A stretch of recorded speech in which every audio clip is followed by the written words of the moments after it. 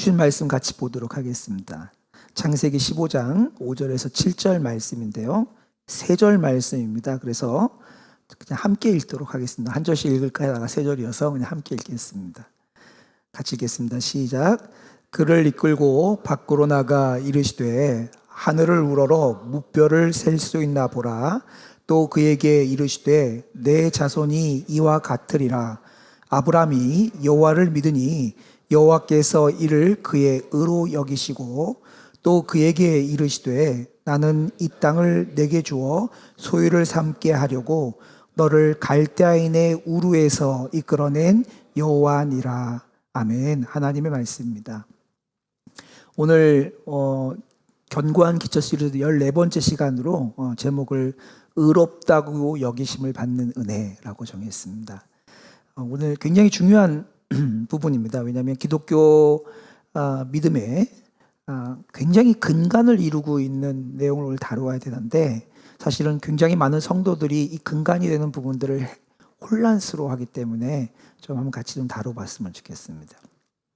우리는 종종 슬픈 소식을 듣게 됩니다. 특별히 그 슬픈 소식 중에 어떤 소식이 있냐, 어떤 사람이 자기 생명을 스스로 끊었다, 마감했다라는 그 자살의 소식들을 듣곤 하지요.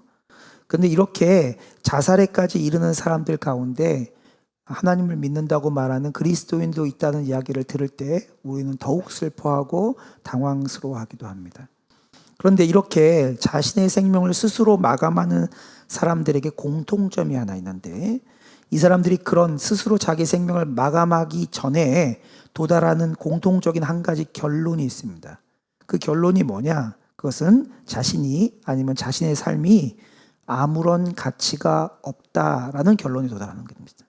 나는 가치가 없어, 아니면 내 삶은 무의미해 라는 결론에 도달한 사람들이 결국 스스로 목숨을 끊는 데까지 가게 되는 거죠.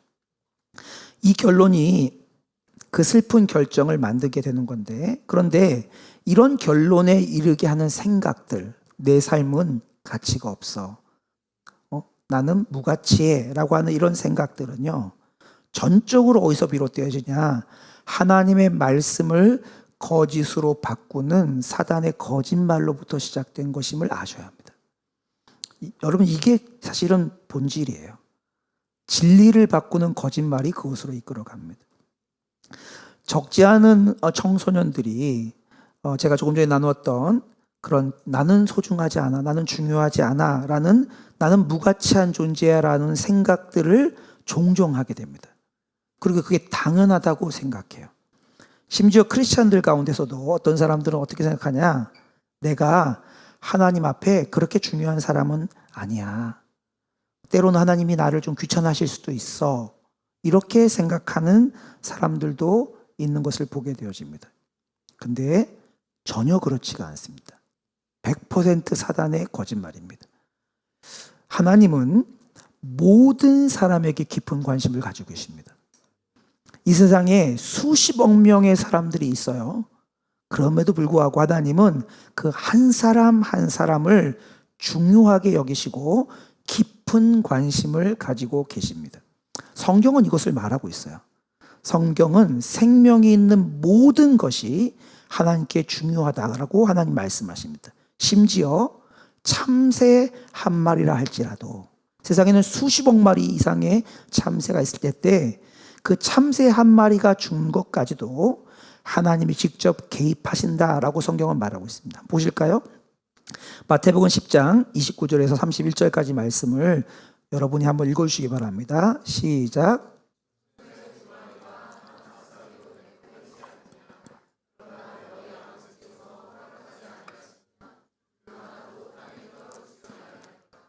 너희에게는 머리털까지 다 세신 바 되었나니 두려워하지 말라. 너희는 많은 참새보다 귀하니라. 마지막에 뭐라 그래요? 너희는 한 마리가 아니라 많은 참새보다 더 귀하니. 여기서 많다는 것은 셀 수 없다는 뜻이에요. 성경은 분명히 말합니다. 근데 우리 사람은요, 하나님께서 보시기에는 참새보다는 훨씬 중요한 존재라는 거죠. 그래서 모든 일을 아시고 모든 일에 전능하시고 위대하신 하나님은 저와 여러분을 포함한 모든 사람 한 명 한 명에게 깊은 관심을 가지고 계십니다. 근데 세상은 뭐라고 말하냐? 너 공부 못하지? 넌 무가치해. 너 돈 많이 못 벌었지? 너는 무가치해. 너 집은 자가가 아니지? 너는 무가치해. 너 직급이 무엇이지? 너는 무가치해.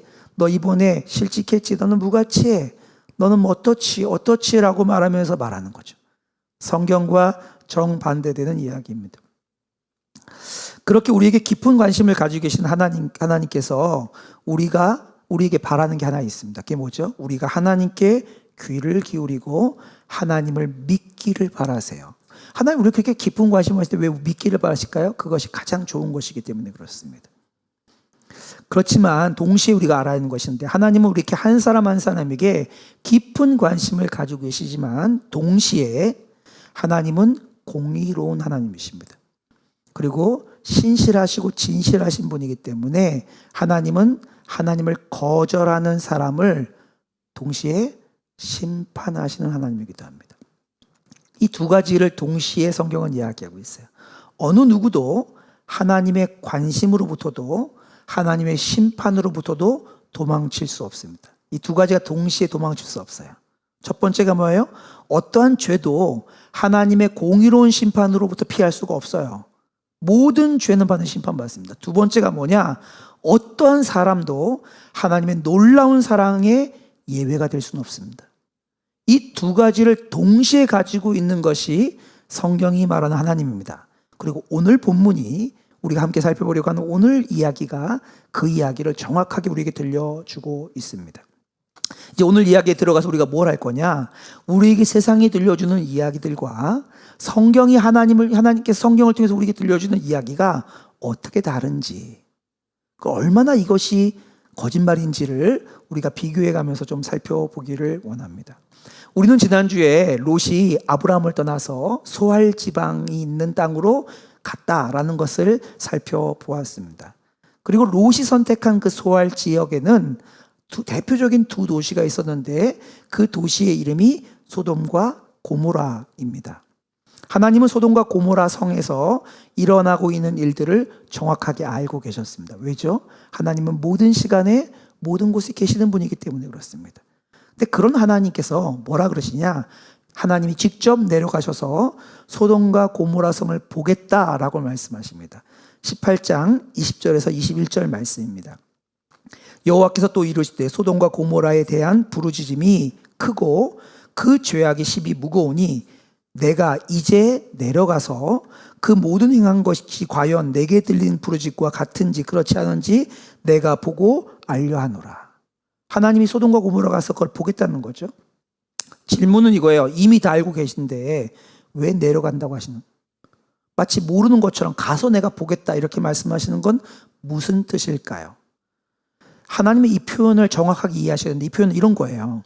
예를 들어 보겠습니다. 평소에 아빠의 말을 지지리도 안 듣고 아빠의 말을 무시하는 아들이 한 명 있습니다. 방 청소하라고 그렇게 말하지만 방을 청소는 절대 하지 않는 아주 아빠의 말을 그냥 깡그리 무시하는 아들이 있습니다. 시간이 지났어요. 아빠가 이렇게 말하는 거예요. 듣자 하니까 네 방이 엉망진창이라고 하던데 아빠가 들어가서 한번 봐야겠다. 이렇게 말하는 아빠는 그 방의 상태가 어떤지를 이미 알고 있습니다. 몰라서 들어가겠다는 게 아니죠. 알고 있지만 가겠다. 하나님 지금 말씀하는 게 이런 말씀입니다. 하나님은 이미 소돔과 고모라의 성에 가득한 죄악을 이미 보시고 알고 계셨어요. 당시에 수많은 사람들이 있었지만 하나님은 또 특별하게 소돔과 고모라에 있는 사람들의 죄악을 주위에서 보고 계셨습니다. 하나님은 하나님을 사랑하고 믿고 따르는 사람들뿐만 아니고 하나님을 거절하고 무관심하고 하나님께 대적하는 사람들에게도 관심이 있어요. 성경은요, 어떤 사람도 하나님의 관심에서 벗어난 적이 없다라고 말하고 있습니다. 하나님은 롯이 그 도시 근처로 이주하기 훨씬 이전부터 이 악한 두 도시에 대해서 관심을 가지고 지켜보셨고 그 도시를 좋지 않게 생각하셨습니다. 이 말은 무슨 말이냐면 너 나빠라고 한 게 아니라 돌아오기를 기다리셨다는 거예요. 하나님이 두 도시의 사람들에게 대해서 오랫동안 참으면서 기다리고 계셨어요. 그러나 그들의 넘치는 죄악이 멈춰지지 않고 점점 커져갔고 하나님께서 더 이상 인내할 수 없는 순간에 이른 거죠. 하나님의 정하신 시간이 되었을 때 하나님은 천사를 통해서 이 두 도시를 심판하기로 결정하십니다. 그래서 천사를 통해서 방문하세요. 그것이 창세기 19장 1절에서 3절 말씀, 우리가 오늘 읽으려는 본문 중에 하나입니다.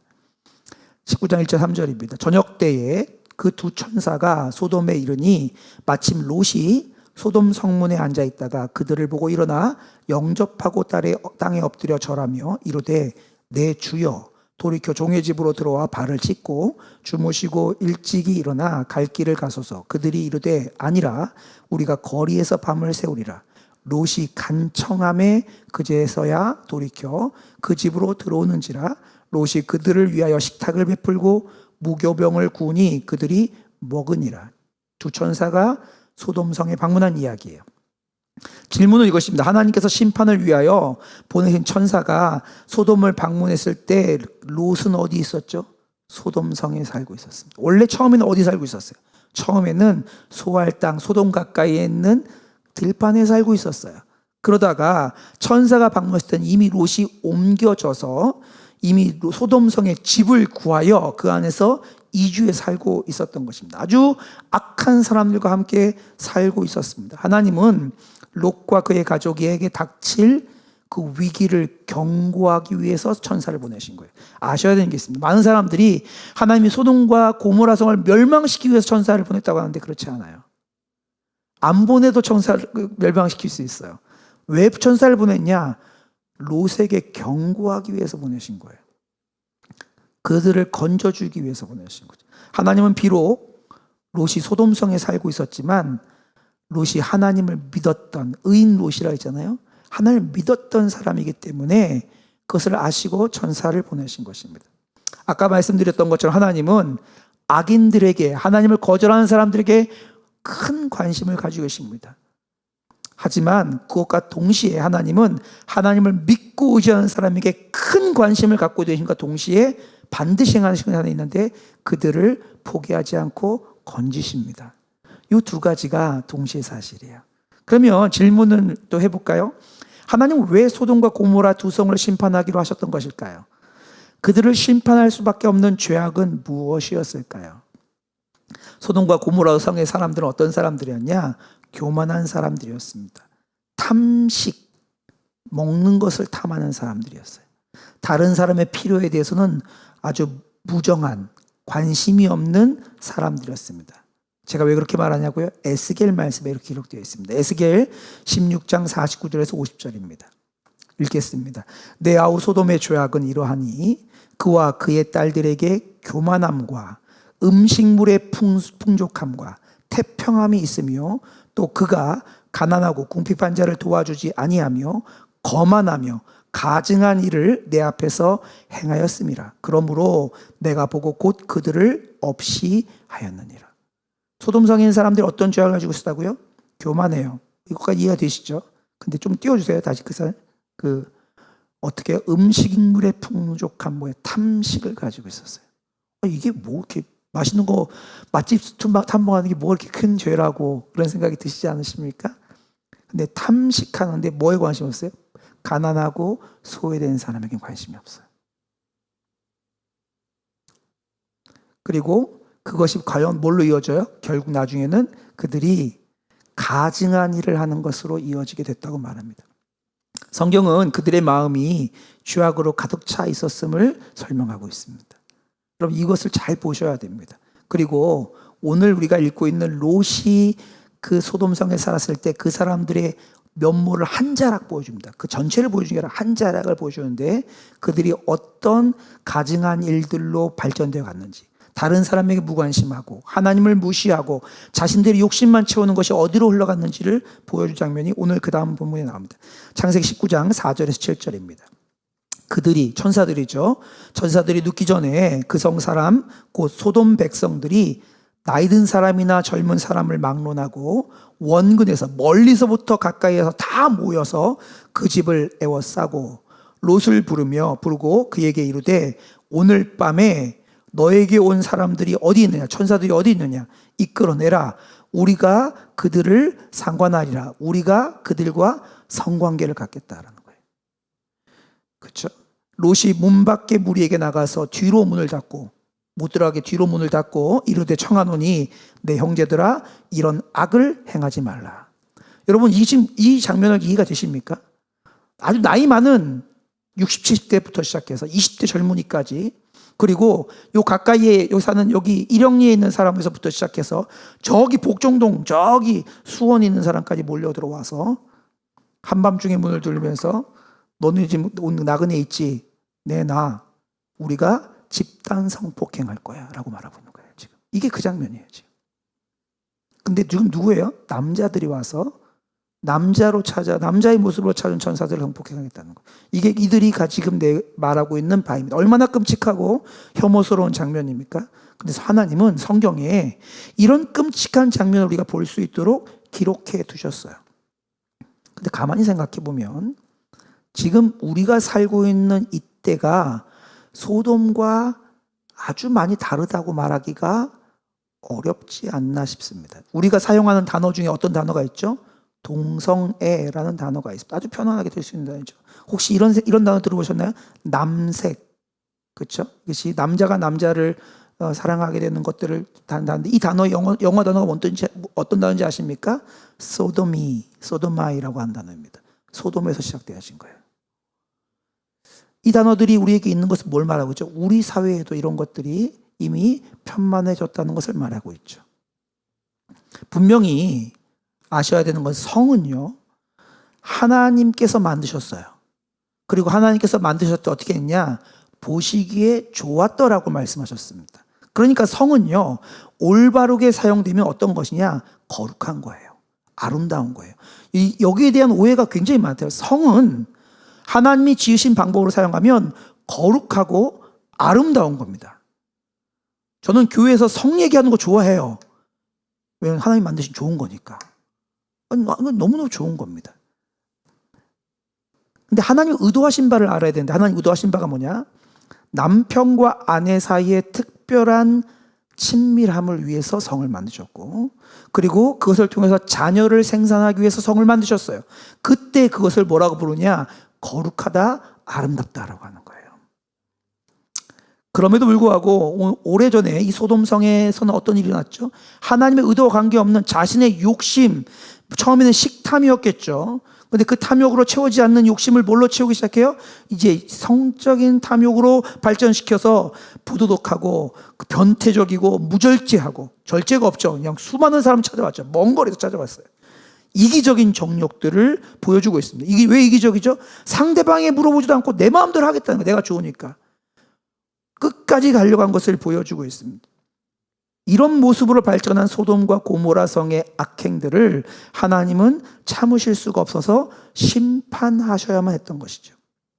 그리고 오늘 이 악행들이 소돔과 고모라에만 있는 것이 아니라 오늘 이 땅에도 여전히 성행하고 있어요.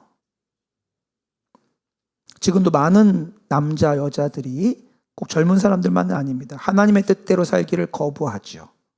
그리고 그 결과로 말미암아 많은 사람들이 육체적으로, 정신적으로, 관계적으로 고통받고 있습니다.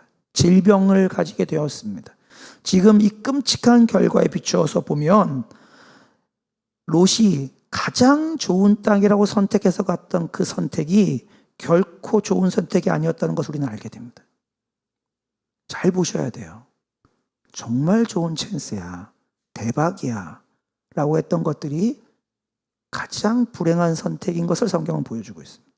여러분, 노아의 시대에 하나님께서 노아를 통해서 회개하고 돌이키라고 말씀하시면서 하나님이 얼마나 오랫동안 인내하고 기다리셨는지 기억하십니까?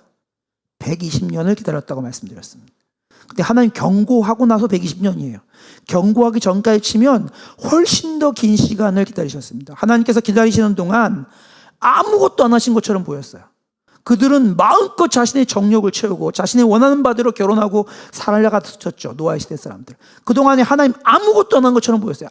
노아가 경고하는 일은 아무 일도 일어나지, 비 한 방울도 내리지 않았습니다. 그러나 하나님께서 충분한 시간을 주셨다고 생각하는 때가 이르렀을 때 하나님을 거절하고 받아들이지 않고 우리 마음대로 살 거야 라고 했던 사람들은 한 사람도 예외 없이 심판을 피할 수 없고 그 물로 죽게 되었습니다. 지금 소돔 땅에도 하나님이 그 일을 행하고 있는 거죠. 소돔 땅에 죄악이 막 달려갈 때 아무 일도 일어나지 않는 것처럼 보였어요. 심지어 롯의 눈에는 어떻게 보였어요? 하나님께서 처음 만드신 에덴 동산처럼 보였다고요. 아무 일도 안 일어나니까 그렇게 보이는 거예요. 근데 여러분 아셔야 될 게 있습니다. 하나님은 가장 높으신 절대 주권자이세요. 하나님은 무엇을 하실지 누구에게 물어보지도 않고 하나님이 결정하시면 그것을 막을 수 있는 것은 아무것도 없습니다. 많은 사람들이 지금도 하나님께서 죄를 즉시 심판하지 않기 때문에 하나님께서 그냥 죄를 그냥 괜찮다고 하시는 거야. 그냥 지나가는 거 다 하는 건데 뭐 하나님 괜찮다고 봐주시는 거야 라고 착각할 수도 있습니다. 그러나 성경은 우리에게 뭐라고 말하냐? 하나님은 모든 죄를 반드시 심판하신다고 말씀하십니다. 어떤 누구도 이 창조주 하나님으로부터 도망칠 수가 없다라고 말해요. 하나님은 모든 사람의 죄를 보고 계시고 반드시 심판하십니다. 지금 아무 일도 일어나지 않는 것이 하나님이 괜찮다고 말씀하는 게 아니라고 성경은 우리에게 알려주고 있어요. 베드로서 3장 9절 말씀입니다. 주의 약속은 어떤 이들이 더디다고 생각하는 것 같이 더딘 것이 아니라 오직 주께서는 너희를 대하여 오래 참으사 아무도 멸망하지 아니하고 다 회개하게 이르기를 원하시느니라. 왜 하느님은 아무것도 안 하세요? 그러니까 하나님 없는 거 아니에요? 그러니까 괜찮은 거 아니에요? 라고 말하는 사람들에게 하나님이 아무것도 하지 않고 참는 이유는 뭐냐? 회개할 기회를 주기 위해서요. 은혜의 시간을 주고 있는 것이죠. 성경은 우리가 하나님의 말씀을 계속해서 무시하고 거절할 때에도 우리의 삶에 아무 일도 안 일어나는 것은 단지 하나님께서 관여하지 않거나 허용하시거나 하나님이 없기 때문이라고 말하지 않아요. 성경은 이러한 때가 하나님께서 우리에게 은혜를 주시는 때라고 말하고 우리를 부르고 계시는 때라고 말하고 우리를 기다리고 계신 때라고 말하고 있습니다. 여러분 이것을 아셔야 돼요. 그렇게 하나님께서 소돔과 고모라를 향한 은혜의 시간의 기다림이 끝나는 때가 왔어요. 그리고 하나님 심판을 작정하시죠. 하나님은 소돔성을 멸망시키기 위해서 이제 방문하시기 직전에 아브라함에게 먼저 가십니다. 그리고 아브라함에게 하나님이 소돔성을 멸망시킬 계획을 말씀하세요. 그것이 우리 읽기 바로 직전에 18장이 됩니다. 18장 17절에 이렇게 나옵니다. 여호와께서 이르시되 내가 하려는 것을 아브라함에게 숨기겠느냐 하면서 계획을 말씀하십니다. 20절 21절입니다. 여호와께서 또 이르시되 소돔과 고모라에 대한 부르짖음이 크고 그 죄악이 심히 무거우니 내가 이제 내려가서 그 모든 행한 것과 과연 내가 내게 들린 부르짖음과 같은지 그렇지 않은지를 내가 보고 알려하노라 하면서 심판을 누구에게 말씀하세요? 아브라함에게 말씀하십니다. 그때 아브라함이 하나님께 가서 중보합니다. 하나님, 의로운 사람과 악한 사람을 같이 심판하면 의롭지 않습니다. 하나님, 만약에 그 성에 50명이라도 의로운 사람이 있으면 어떻게 하실 것입니까? 아니요, 하나님 50명이 아니라 45명이라면. 아니, 하나님 그래서 줄여가면서 몇 명까지 내려가냐? 10명까지 내려가요. 하나님 뭐라고 약속하냐? 내가 그 성에 10명이라도 의로운 사람이 있으면 그 성 멸망시키지 않겠다라고 약속하셨습니다. 그런데 소돔 성 가운데 10명의 의인도 없어서 그 성은 멸망하게 되어져요. 오직 딱 3명만 하나님의 은혜로 경고하심을 받고 그 경고에 순종해서 심판을 면하게 되어집니다. 만약에 하나님께서 천사를 보내지 않았다면 그 3명조차도 멸망에 들어갈 수밖에 없었던 거죠. 성경은 우리에게 하나님께서 이 3명을 구원하신 이유가 있다고 말해주고 있습니다. 그 3명이 누구냐? 롯과 그의 2딸이었는데 롯이 바로 하나님을 믿었고 그래서 하나님이 그를 경고하시고 구원하셨다고 성경은 우리에게 얘기해 주고 있습니다. 그럼 하나님께서 어떻게 롯과 그 두 딸을 구원하셨는지를 좀 보도록 하겠습니다. 우리가 읽었던 19장 10절에 17절인데요. 이거 좀 긴데 내용을 보기 위해서 함께 우리 교독하도록 하겠습니다. 그 사람들이 손을 내밀어 롯을 집으로 끌어들이고 차도 행패 부를 때 끌어들인 거죠. 문을 닫고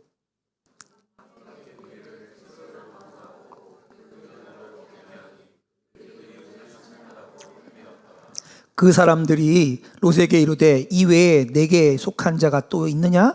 내 사위나 자녀냐 성 중에 내게 속한 자들이 다 성 밖으로 이끌어내라.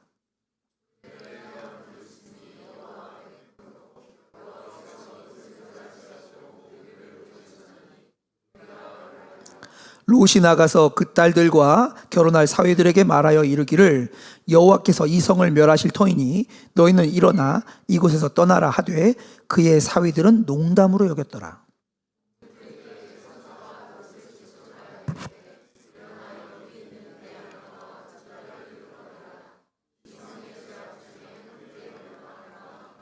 그러나 롯이 지체함에 그 사람들이 롯의 손과 그 아내의 손과 그 두 딸의 손을 잡아 인도하여 성 밖에 두니 여호와께서 그에게 자비를 더하심이었더라.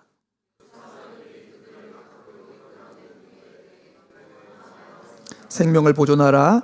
돌아보거나 들에 머물지 말고 산으로 도망하여 멸망함을 면하라. 어떻게 구원했는지 보이십니까? 사실은 롯이 경고를 듣고 도망간 거나 피한 게 아니에요. 천사가 거의 강제로 끌어다가 옮겨놔서 피하게 된 거죠. 그래서 뭐라 그랬어요? 여호와께서 그에게 자비를 더하셨다라고 말합니다.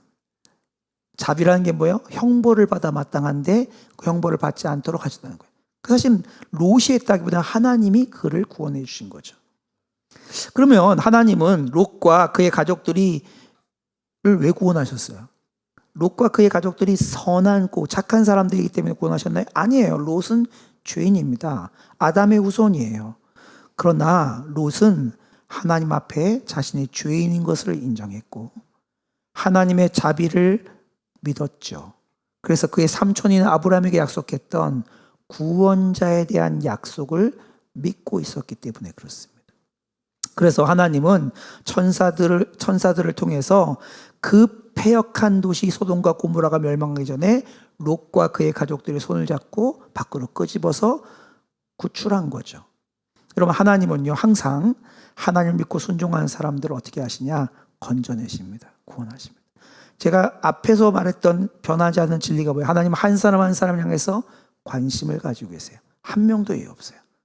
그와 동시에 하나님을 믿는 사람을 향해서 하나님 관심을 가지고 있을 뿐만 아니라 그들을 건져주십니다. 볼까요? 아벨 보겠습니다. 아벨은 하나님을 믿고 순종하였을 때 아벨은 죽었잖아요. 아니요. 아벨은 하나님께서 그를 받아들여 주셨어요. 제사를. 비록 육체의 죽음은 일어났지만 하나님께서 아벨을 영원한 죽음으로부터 건져주신 거죠. 노아는 하나님을 믿고 순종했을 때 하나님께서 그를 물로 인한 심판으로부터 건져주셨습니다. 오늘 롯은 하나님을 믿고 하나님 앞에 순종이라고 말하기 참 부끄러운 거의 반강제의 순종을 했을 때 하나님께서 그를 소돔성의 멸망으로부터 건져주십니다. 이것이 성경에 나와 있는 아주 일관적인 하나님의 성품입니다. 노아 시대의 사람들에게 하나님이 정한 시간이 왔을 때 한 사람도 예외 없이 다 심판을 받았던 것처럼 롯이 살고 있던 소돔성과 고모라 성도 한 사람도 예외 없이 다 죽게 되어집니다. 근데 노아 시대는 물로 심판하셨고 이제 소돔성과 고모라 성은 불로 심판하십니다. 19장 24절에서 25절입니다. 여호와께서 하늘 곧 여호와께로부터 유황과 불을 소돔과 고모라에 비같이 내리사 그 성들과 온 들과 성에 거주하는 모든 백성과 땅에 난 것을 다 엎어 멸하셨더라. 한 사람도 없이 하나님께서 멸망하시는 거예요. 여러분, 하나님께서 이들에게 이렇게 심판하신 것은요, 단지 소돔과 고모라 성을 어떻게 심판했는지, 그 나쁜 놈들을 어떻게 혼내줬는지에 대한 얘기가 아니라는 것을 아셔야 됩니다. 하나님은 이 이야기를 통해서 오늘 우리에게 이야기하고 있다고 성경은 말해요. 한번 보실까요? 베드로후서 2장 6절에서 8절 말씀입니다. 6절 말씀 여러분이 한번 읽어주시기 바랍니다. 시작.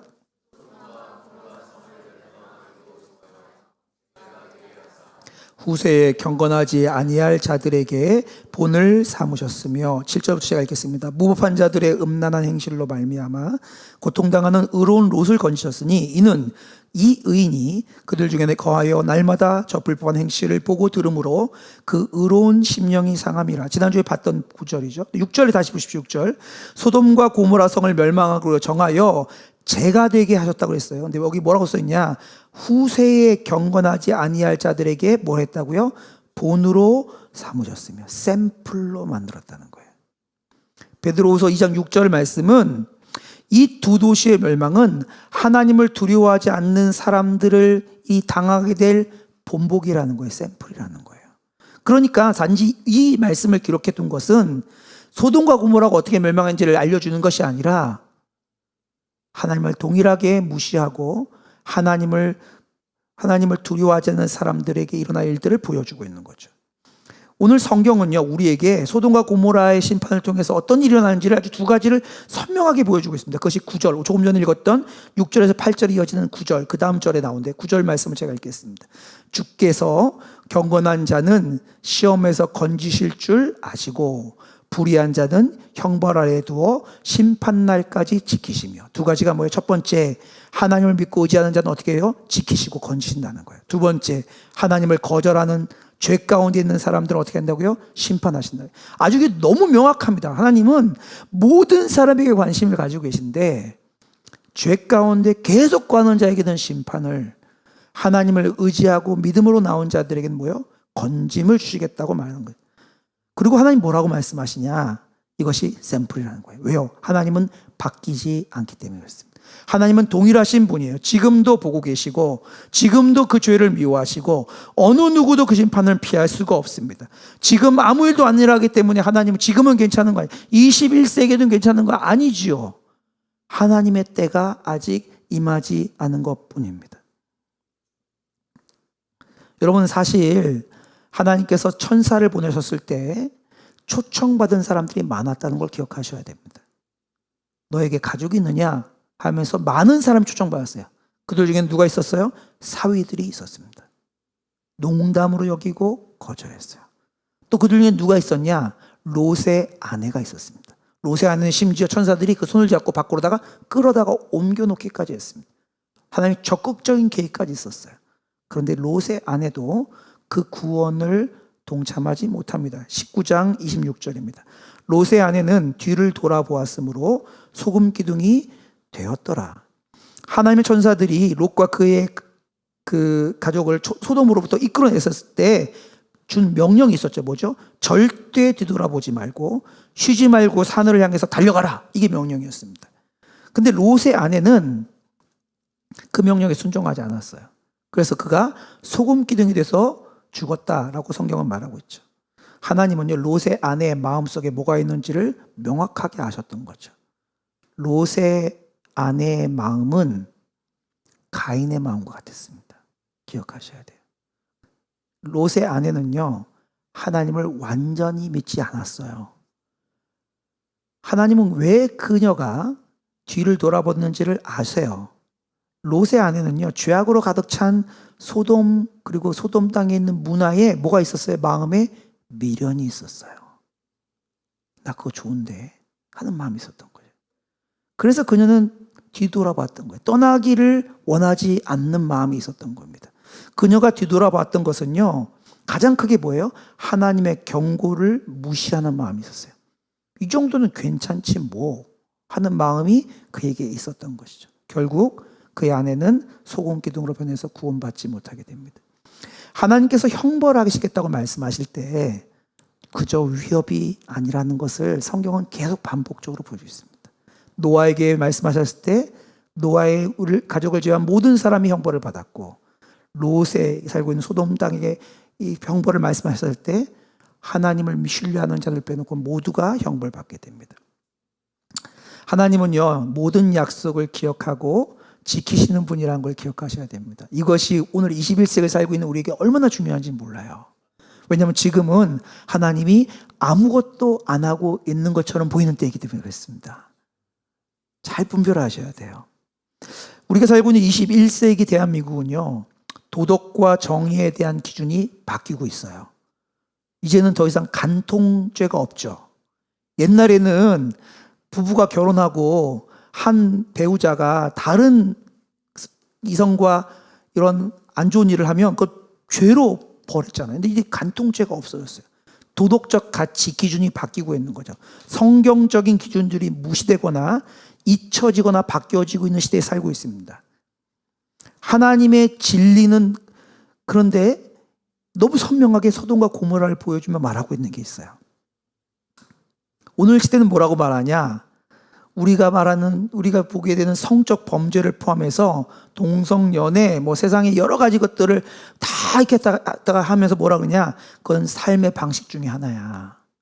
너는 왜 이렇게 옹졸해? 다른 사람이 다양하게 표현하는 삶의 방식을 인정하지 않는 너가 나쁜 거야 라고 말하면서 하나님을 대항하고 있습니다. 하나님 앞에 마구 떠들어대는 거죠. 소돔 사람들처럼. 끄집어내라. 우리가 오늘 밤 그와 상관하리라 라고 말했던 것처럼 마구 떠들어대는 거야. 이게 옳은 성경 우리 방식이야. 성 정체성을 두 가지로만 제한하는 거 악한 거야 라고 말하면서 마구 떠들어대고 있습니다. 소돔과 고모라와 똑같아요. 그리고 이것을 사회적으로 용인하고 있죠. 법으로만 만들지 마. 니네들이 하는 거 뭐라고 하지 않을 테니까. 이런 시대를 살고 있어요. 근데 여러분 한 가지 아셔야 되는 게 뭐냐? 하나님은 결코 바뀌지 않는다는 거예요. 하나님은 지금까지도 음란하고 비도덕적이고 하나님 말씀을 거역하시는 것을 용납하신 적이 없고요. 앞으로도 용납하지 않을 거예요.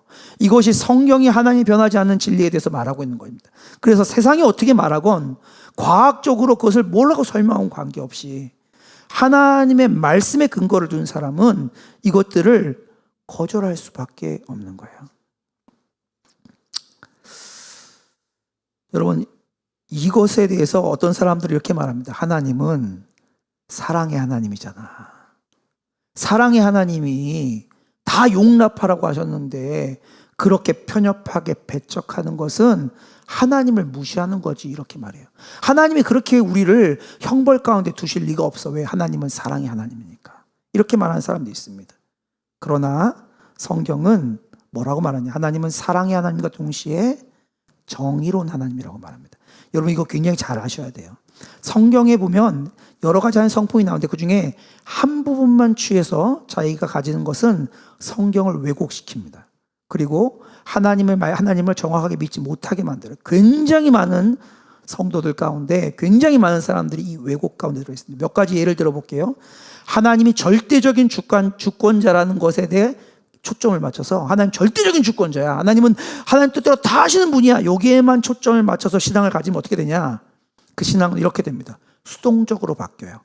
운명적으로. 하나님 다 결정하셨는데 어쩔 수 없지 뭐.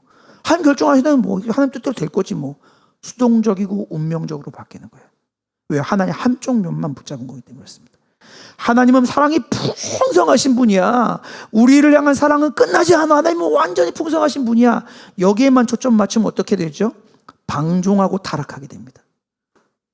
하나님의 거룩함을 잃어버린 거예요. 그래서 예수 믿는다고 하면서도 하나님과 관계가 있다고 하면서도 절제가 없어요. 자기 원하는 대로 다 해버리는 거예요. 내가 성격이 원래 그래. 또 어떤 사람들은요, 하나님의 심판에만 관심을 두고 초점을 둬서 하나님은 거룩하시고 공의로운 심판자야. 여기에만 초점을 맞춰서 딱 들어가면 어떻게 되는지 아십니까? 하나님을 두려워하고 하나님께 딱 묶여서 율법주의에 막혀서 그렇게 하면 안 돼. 이렇게 해야지. 너 이렇게 하면 너는 잘못한 거야. 빨리 회개해. 이렇게 하는 율법주의와 얽매임에 들어갑니다. 왜 이런 일이 나죠? 어떤 교회는 이렇고 저쪽 교회는 그런 거예요? 아니에요. 하나님을 온전히 알지 못하기 때문에 그래요. 하나님은 완전한 사랑이시지만 동시에 완전한 거룩하심입니다. 이 두 가지를 동시에 붙잡아야 우리가 건강한 신앙으로 하나님을 따라갈 수 있는 거죠. 성경이 말씀하신 하나님은 어떤 분이신지를 명확하게 이해하고 믿는 것이 그래서 중요해요. 왜 금요일 날 이 저녁에 이 사람들이 불태우는 불금이라고 말하는 이때 우리가 이렇게 딱딱한 성경 공부하듯이 말씀을 공부해야 되냐? 하나님에 대한 오해가 신앙생활을 10년, 20년, 심지어는요, 뭐 금식하며 특별훈련을 받고 했는데도 신앙생활을 왜곡하는 것을 너무너무 많이 봤어요. 하나님의 말씀에 대한 정확한 이해가 없기 때문에 그렇습니다. 이제 아브라함 얘기로 좀 들어가 보겠습니다. 하나님께서 소돔과 고모라를 그렇게 심판하셨다면 바로 옆에 살고 있는 아브라함은 어떻게 됐죠? 아브라함은 왜 하나님이 심판하지 않으셨나요? 아브라함은 롯보다 좀 더 많이 착한가요? 아니요, 아브라함도 죄인입니다. 아담의 후손이고 벌받아 마땅한 자이죠. 그런데 하나님께서 롯이 아브라함을 떠나고 난 다음에 아브라함에게 또다시 약속을 하신 장면이 나옵니다. 창세기 13장 14절에 17절에 소돔과 고모라가 멸망하기 좀 전의 얘기입니다. 한번 보실까요? 14절부터 17절 저와 한 절씩 교독하도록 하겠습니다. 롯이 아브라함을 떠난 후에 여호와께서 아브라함에게 이르시되 너는 눈을 들어 너 있는 곳에서 북쪽과 남쪽 동쪽과 서쪽을 바라보라.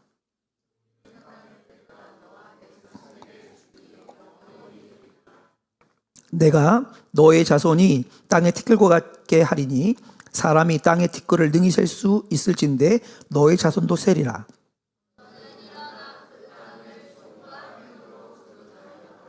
내가 그것을 내게 주리라. 여러분 혹시 그 빛이 하나도 없는 곳에 가서 밤하늘을 보신 적 있어요? 제가 파푸아에 있을 때 섬에 들어가서 그 전기가 안 들어오는 동네거든요. 별을 봤는데 이건 별이라고 말할 수가 없어요. 진짜 너무 별이 가득하거든요. 여러분 그런 별을 셀 수 있으십니까? 근데 하나님께서 뭐라 그랬냐? 아직 아들도 없는 자녀도 없는 아브라함에게 너의 후손이 너의 자손이 별처럼 될 거라고 말하는 거예요. 아니 좀 이렇게 뭘 얘기를 해도 좀 어느 정도 신빙성 있게 얘기해야지. 지금 아무것도 없는데 그렇게 말해요.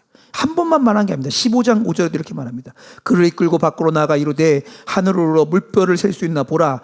또 그에게 이르되 아브라함에게 이르되 너의 자손이 이와 같으리라. 아니 너무 말도 안 되는 거짓말하는 것 같잖아요. 그런데요, 아브라함은 이 약속을 믿었습니다. 하나님께서 약속하신 것은 불가능할 것 같이 보여요.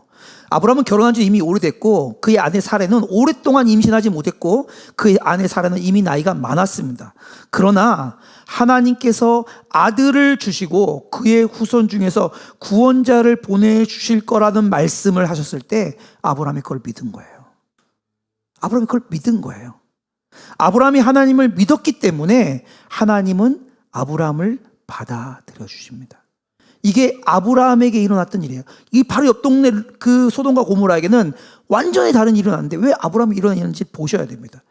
아브라함도 죄인이고 아브라함도 소돔과 고모라 사람과 다른 게 없고 하나님의 심판을 받아 마땅한 죄의 결과를 가지고 있는 사람입니다. 그런데 왜 이런 일이 일어났냐? 아브라함의 믿음 때문이라고 하나님 성경은 말하고 있어요. 아브라함의 믿음 때문에 하나님이 아브라함을 완전한 의로움으로 받아들였다고 말합니다. 그것이 창세기 15장 6절 우리가 읽은 핵심 내용입니다. 같이 읽겠습니다. 시작. 아브라함이 여호와를 믿으니 여호와께서 그 일을 그의 의로 여기시고. 좀 띄워주세요. 여기에 아주 중요한 단어 세 가지가 나옵니다. 첫 번째가 뭐예요? 믿으니, 두 번째가 의로, 세 번째가 여기시고. 이 세 가지가 굉장히 중요해요. 창세기 처음으로 등장하는 단어입니다. 이 단어가 믿으니. 그러니까 성경에 나오는 가장 핵심적인 건데 그걸 그냥 쑥 스치고 지나갔어요. 이게 뭔 뜻인지를 모르고 지나갔어요. 그러니까 믿음에 대한 오해가 너무너무 많아요.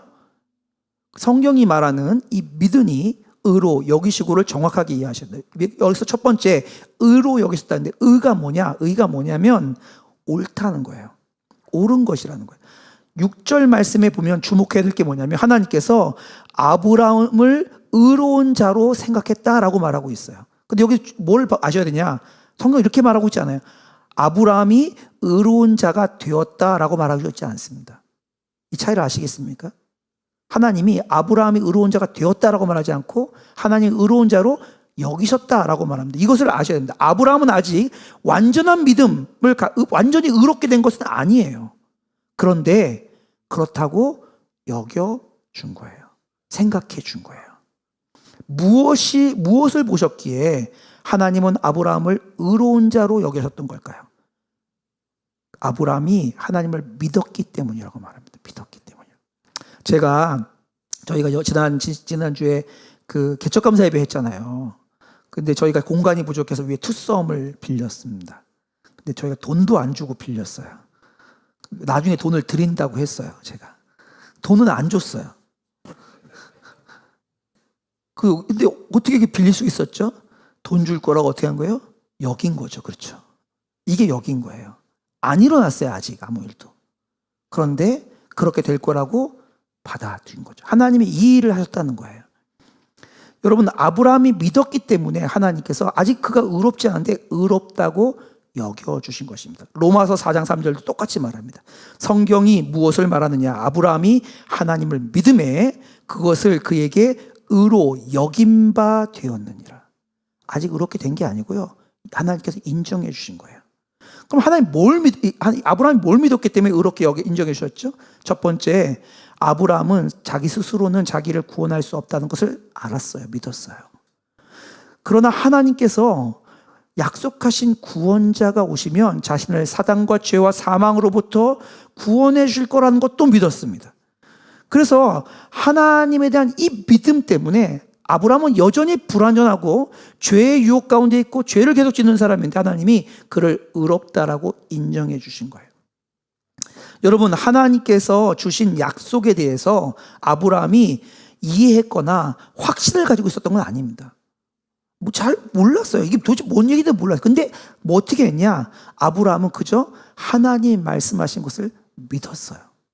그랬더니 하나님께서 그를 의롭다고 인정해요. 이 한 가지가요, 아브라함을 완전히 통째로 바꿔버립니다. 여러분, 성경은요, 이 아브라함의 모델이 그 뒤에 구원받는 모든 사람들의 모델이라고 합니다. 이게 왜 중요하냐면 아브라함에게 이 일이 일어난 것이 우리에게도 일어나는 거예요. 그러니까 아브라함의 모델을 그대로 우리에게 행했다고 말하셨기 때문에 그래요. 갈라디아서 3장 8절 말씀입니다. 한번 보실까요? 또 하나님이 이방을 믿음으로 말미암아 의로 정하실 것을 성경이 미리 아시고, 믿음으로 말미암아 의로 정할 것을 미리 아시고 먼저 아브라함에게 복음을 전하되 모든 이방인이 너로 말미암아 복을 받으리라 하였느니라. 뭐라고요? 먼저 아브라함에게 복음을 전하는데 그게 뭐야? 믿음으로 의롭다고 인정받는 일을 아브라함에게 행하시는 것이 누구에게도 이루어진다고요? 그 후손들에게도 이루어진다고요. 한 샘플로 삼으신 거예요. 그러니까 아브라함이 아직 의롭게 되지 않았지만 나 하나님 말 믿어요 라고 한 것 때문에 그가 의롭다고 인정받은 것처럼 우리도 아직 의롭지 않지만, 우리도 여전히 실패하고 넘어지지만 하나님 앞에 우리 믿음을 드리면 하나님이 우리를 어떻게 하신다고요? 의롭다고 인정해 주신다고요. 이게 성경이 말하는 믿음의 첫 번째 걸음입니다. 첫 번째 걸음. 아직 아브라함은 바뀐 게 별로 없어요. 그 뒤에도 계속 실수해요. 그런데 하나님께서 그를 의롭게 여기셨기 때문에 하나님 어떻게 하시냐? 아브라함의 이름을 바꿔주십니다. 창세기 17장 1절에서 5절입니다. 제가 읽겠습니다. 아브라함이 99세 때에 여호와께서 아브라함에게 나타나서 그에게 이르시되 나는 전능한 하나님이라. 너는 내 앞에서 행하여 완전하라. 내가 내 언약을 나와 너 사이에 두어 너를 크게 번성하게 하리라 하시니 아브라함이 엎드렸더니 하나님이 또 그에게 말씀하여 이르시되 보라 내 언약이 너와 함께 있으니 너는 여러 민족의 아버지가 될지라. 이제 후로는 내 이름을 아브라함이라 하지 아니하고 아브라함이라 하리니 이는 내가 너를 여러 민족의 아버지가 되게 함이라. 여러분, 아브라함이라는 이름이 무슨 뜻이냐? 존귀한 아버지라는 뜻입니다. 아브라함. 근데 그 이름을 뭘로 바꿔요? 아브라함으로 바꾸는데 이게 무슨 뜻이에요? 많은 민족의 아버지라는 거예요. 지금 아브라함을 통해서 사람이 많아진다는 뜻이 아니고요. 하나님께서 아브라함을 통해서 많은 민족을 하나님의 백성으로 삼으시겠다고 아직 아무 일도 안 일어났는데 하나님이 그냥 선언해 버리신 거예요. 그 이름을 바꾸신 거예요. 아브라함만 바꾼 게 아니고 그의 아내 사레의 이름도 바꾸십니다. 17장 15절과 16절입니다. 또 하나님이 또 아브라함에게 이르시되 내 아내 사레는 이름을 사레라 하지 말고 사라라 하라. 내가 그에게 복을 주어 그가 내게 아들을 낳아 주게 하며 내가 그에게 복을 주어 그를 여러 민족의 어머니가 되게 하리니 민족의 여러 왕이 그에서 나리라. 사레는 무슨 뜻이냐? 사레는 공주라는 뜻입니다. 근데 그 이름을 사라라는 이름을 바꿔요. 무슨 뜻이냐? 많은 나라의 어머니. 하나님이 아브라함과 사레가 아직 아무런 변화가 일어나지 않았어요. 그냥 믿었다는 거 하나 때문에 그들을 선언해 버리신 거예요. 내가 너희를 많은 나라의 아버지, 여러 민족의 어머니로 세우겠다. 믿는 것 하나 때문에 그 인생이 확 바뀌어 버렸어요. 여러분, 아브라함과 사라가 아들을 갖거나 자녀를 낳는 것은 불가능한 일처럼 보였습니다. 사실 과학적으로도 불가능해요. 왜냐하면 사라는 이미 생리가 끊어졌다고 성경은 말하고 있기 때문에. 그러나 이런 사람의 제안이 하나님의 능력을 가로막지는 않습니다. 하나님께서 이렇게 말씀하셨을 때 아브라함이 어떤 모습인지 보십시오. 17장 17절입니다. 아브라함이 엎드려 웃으며 마음속으로 이르되 100세 된 사람이 어찌 자식을 낳을까? 사라는 99세니 어찌 출산하리요 하고. 여러분 보십시오. 아브라함이 온전히 믿은 게 아니에요. 이해도 못하고 안 믿어졌어요. 아니 100세 되는데 뭘 왜 어떻게 낳아? 말도 안 돼. 이렇게 생각했다고요. 그런데 이런 가운데도 그래도 하나님이 말씀하시는 거니까 하나님이 하시겠지라고 믿은 이 정말 모자라고 완전하지 않은 이 믿음을 하나님 어떻게 의롭다고 인정해 주신 거예요. 여러분 이게 은혜입니다. 여러분들이 교회 열심히 다니고 훈련 많이 받고 대단한 것을 행했기 때문에 하나님 여러분들을 인정해 주신 게 아니고요. 그저 하나님이 주셨던 그 약속의 말씀 하나 붙드는 것을 하나님이 의롭다고 인정해 주신다고요. 여러분 오늘 말씀은 아주 중요한 걸 보여주고 있어요. 우리의 믿음은 우리가 믿었기 때문에 하나님 우리를 구원해 주신 거 아니에요.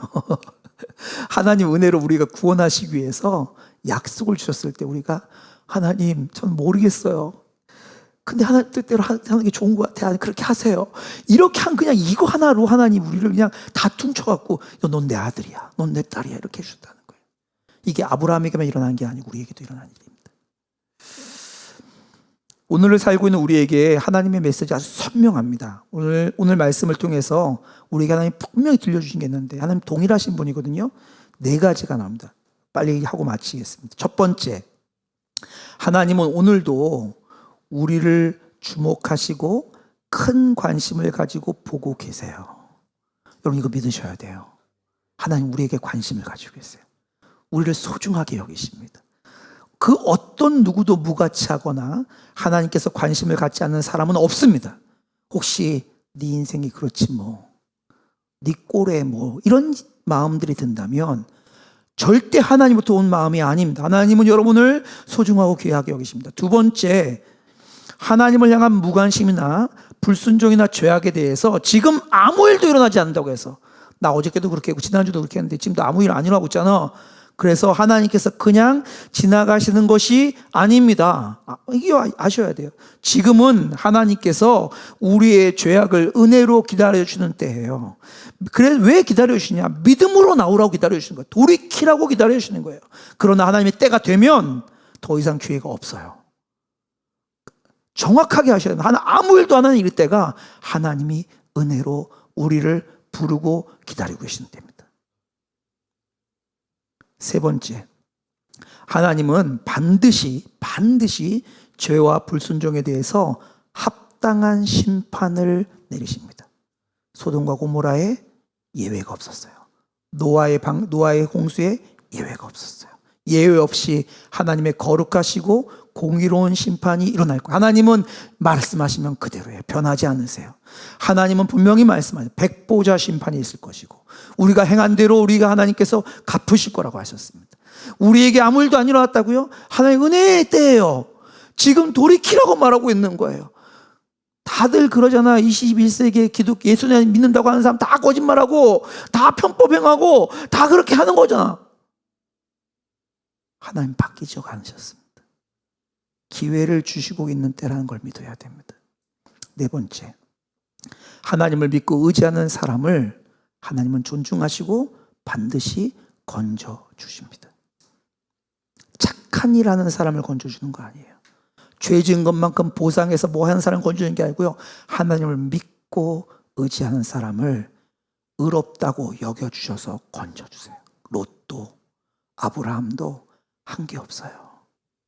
그저 하나님을 믿은 것밖에 없어요. 근데 하나님이 건져주세요. 우리가 할 건 딱 하나밖에 없습니다. 하나님 말씀을 믿고 돌이키는 거예요. 저는 여러분의 형편을 몰라요. 여러분의 어떤 은밀한 생활들을 하고 있는지 모릅니다. 하나님 앞에 드러났을 때 악소리 나는 게 뭐가 있는지 아무것도 모릅니다, 저는. 그러나 한 가지 아셔야 되는 게 있다면 지금은 은혜의 때고 하나님은 바뀐 적이 없어요.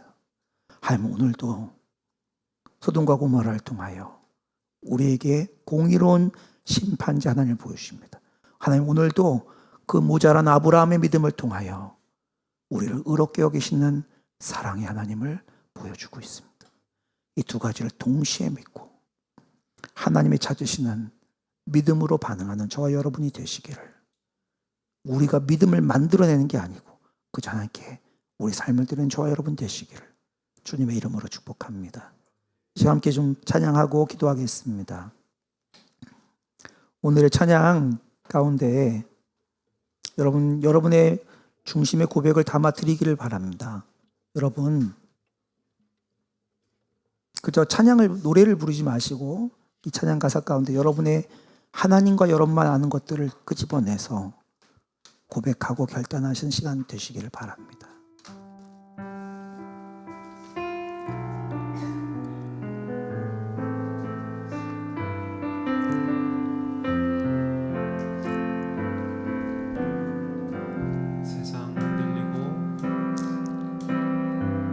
세상은 들리고 사람들은 변하여도 나는 주를 섬기리. 주님의 사랑은 영원히 변하지 않네. 나는 주를 신뢰해. 믿음은 들리고 사람들을 떠나도 나는 주를 섬기리. 주님의 나라는 영원히 지하지 않네. 나는 주를 신뢰해. 오직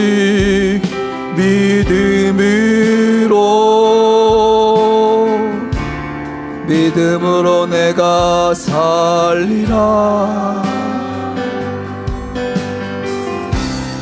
오직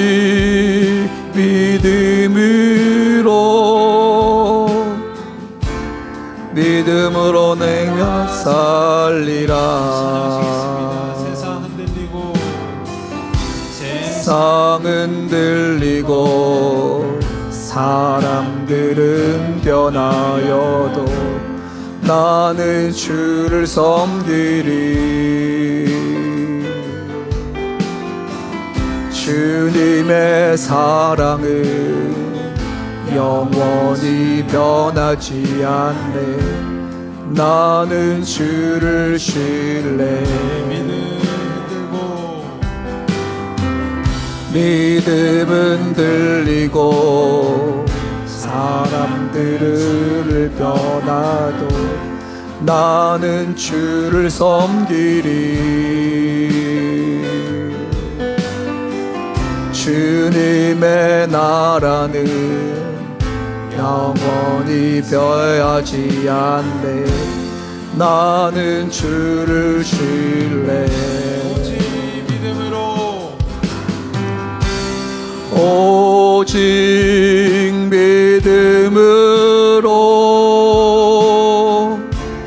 믿음으로 내가 살리라. 오직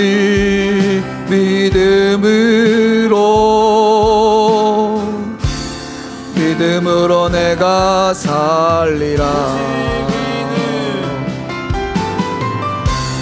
오직 의인은 믿음으로 말미암아 살리라. 오직 의인은 믿음으로 믿음으로 말미암아 살리라.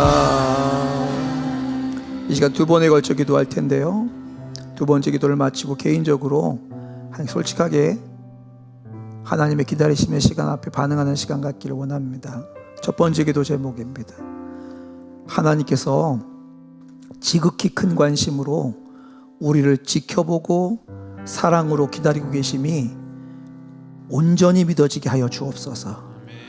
우리는 아무런 가치가 없다고 속삭이는 사단의 거짓말을 떨쳐버리고 하나님의 약속의 말씀을 신뢰함으로 오늘을 살아갈 힘을 주옵소서.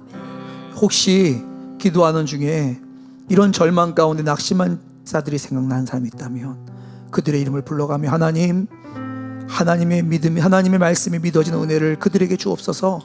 함께 이 시간 기도하도록 하겠습니다. 이 시간 주의 이름 한번 부르시고 동성으로 기도합니다. 주여, 아버지 하나님, 그렇습니다. 하나님이 오늘도 우리를 지극한 관심으로 우리를 쳐다보고 계십니다. 우리를 보고 계십니다. 하나님 아버지, 하나님, 우리는 정말 주님의 큰 사랑과 하나님 완전하신 관심 가운데 있는 자들인 것을 고백합니다.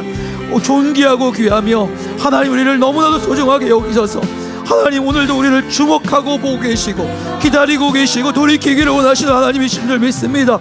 하나님 우리를 존귀하다고 말씀하시고 소중하다고 말씀하시고 하나님의 뜻 가운데 하나님은 아름답다고 말씀하시는 주의 말씀이 들려지게 하여 주시기를 기도하고 소망합니다.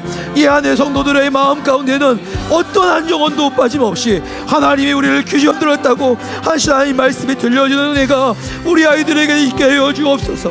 하나님 아버지, 아이들을 존귀하게 지으시며 하나님 우리 성도들을 존귀하게 지으실 주의 말씀이 온전히 믿는 역사가 일어날 수 있도록 은혜를 도와여 주옵소서. 감사합니다 주님. 한 번 더 기도하도록 하겠습니다.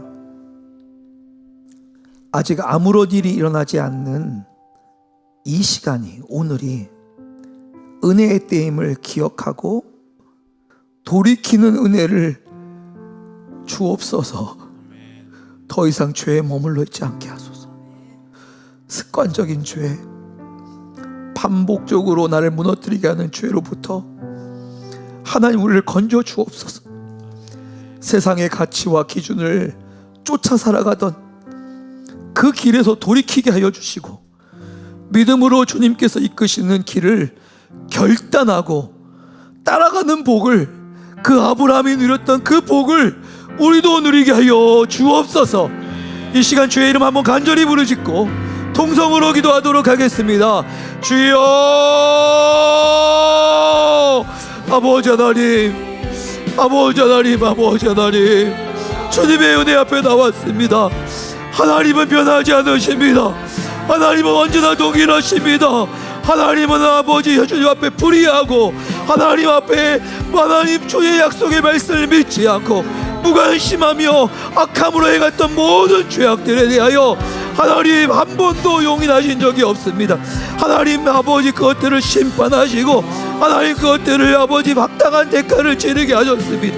동일하신 하나님을 믿게 하여 주소서. 오늘 우리에게 은혜로 허락하신 하나님의 기다리시는 때를 아무 일도 일어나지 않은 때라고 거짓말로 속으며 살아가지 않도록 우리를 불쌍히 여겨주시고 하나님 아버지 은혜의 때임을 기억하고 주님께 돌이키는 은혜가 일어나게 하여 주옵소서. 우리의 삶 가운데 있는 은밀한 죄악들, 하나님 내 마음대로 살아갔던 욕심을 따라서 하나님 내 정욕을 따라서 내 마음이 원하는 대로 소리 지르며 내 마음에 원하는 대로 소리를 높여 살아갔던 모든 죄악들 하나님 멈추게 하여 주옵소서. 아버지 하나님 멈추게 하여 주옵소서. 하나님 아버지 세상의 가치와 기준을 쫓아 살아가며 하나님 세상의 소리를 따라서 마치 그것이 없으면 죽을 것 마냥 살아갔던 우리의 삶도 하나님 돌이키게 하여 주옵소서. 하나님 롯이 하나님 돌이키지 않으면 소돔에서 멸망할 수밖에 없었던 것처럼 하나님 우리의 삶이 롯과처럼 우리가 믿음을 가진 사람임에도 불구하고 소돔과 고모라를 향해 달려가는 것이 있다면 멈추고 돌이키는 은혜가 일어날 수 있도록 도와주옵소서. 그저 희미한 믿음, 아버지 이해하지 못하고 의심하는 믿음이지만 그 믿음 가졌다는 이 하나 때문으로 아브라함을 존귀하게 여기시고 의롭다고 여기셨던 주님의 약속의 말씀이 오늘 우리에게도 임하게 하여 주옵소서. 우리에게도 그것이 붙잡아지게 하여 주옵소서.